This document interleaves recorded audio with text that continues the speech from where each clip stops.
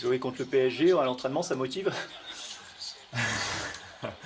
Ça motive plus ou moins, mais en soi, que jouer contre le PSG ou contre le Real Madrid, c'est toujours jouer contre une équipe supérieure et donc s'entraîner au final.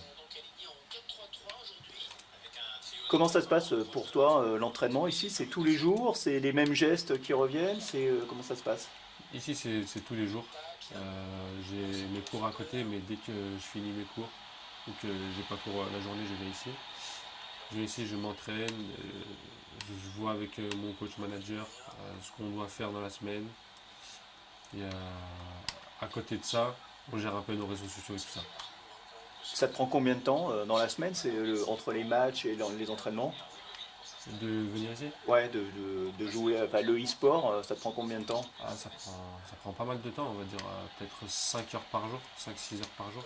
Et surtout le week-end, vu qu'il y a le mode Foot Champions, c'est là où ça prend encore plus de temps, voire 10 heures peut-être, 10-11 heures. Bah alors du coup, on s'entraîne physiquement parce que j'imagine répéter toujours les mêmes gestes sur la manette. Je sais pas, il y a un moment on a des crampes ou Non, même pas, même pas. Le mieux même des fois c'est quand on n'arrive plus à jouer, on n'arrive plus à produire notre jeu, c'est d'arrêter net, stop, de stopper pendant peut-être 3-4 jours. De stopper net et puis là les gestes reviennent, on reprend le rythme et puis on se trouve mieux sur le terrain. parce que la fatigue se ressent sur le terrain. Et que ce soit sur le terrain ou mentalement, la fatigue se ressent à tout moment. Après c'est un entraînement comme un autre, c'est comme jouer au foot, c'est un entraînement intensif où d'un moment on est usé. Et puis à partir de ce moment-là, faut arrêter, faut se reposer et redémarrer le lendemain. C'est où que ça se joue plus? C'est dans la tête ou c'est les réflexes? On- enfin, niveau français, niveau mondial, on va dire que les professionnels ont relativement le même niveau. C'est surtout mentalement que ça se joue en fait. C'est surtout au mental, ne pas craquer surtout. C'est ça qui est primordial. Alors comment on se prépare mentalement? C'est en répétant les matchs, en recommençant les matchs, en jouant contre les meilleurs, en perdant, gagnant. Et à un moment, soit ça passe, soit ça casse. Et on travaille les configurations parce que je voyais tu travailles, enfin, tu prends un peu toujours les mêmes joueurs. C'est des Ouais. joueurs que tu connais par cœur sur leur qualité.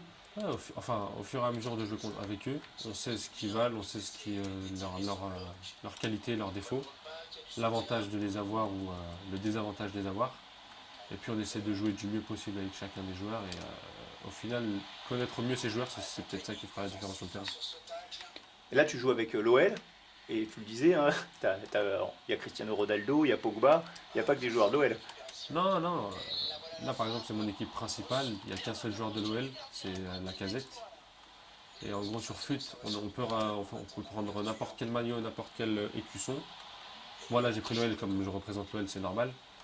Et le joueur en face a le PSG, mais alors, par contre, il n'a même pas les maillots du PSG, vous voyez.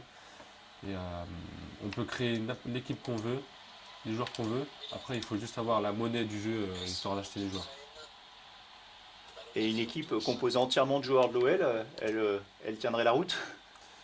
Dans les grandes compétitions, non, je pense pas, parce que ce soit défensivement, offensivement, au milieu du terrain, elle ne tiendrait pas du tout, parce que dans le jeu, l'OL n'est pas si forte que ça. Et non, ça ne tiendrait pas le coup. T'as déjà joué avec des joueurs de l'OL à FIFA? Ah non, pour l'instant, non, pas encore. J'ai pas encore eu la chance de le faire.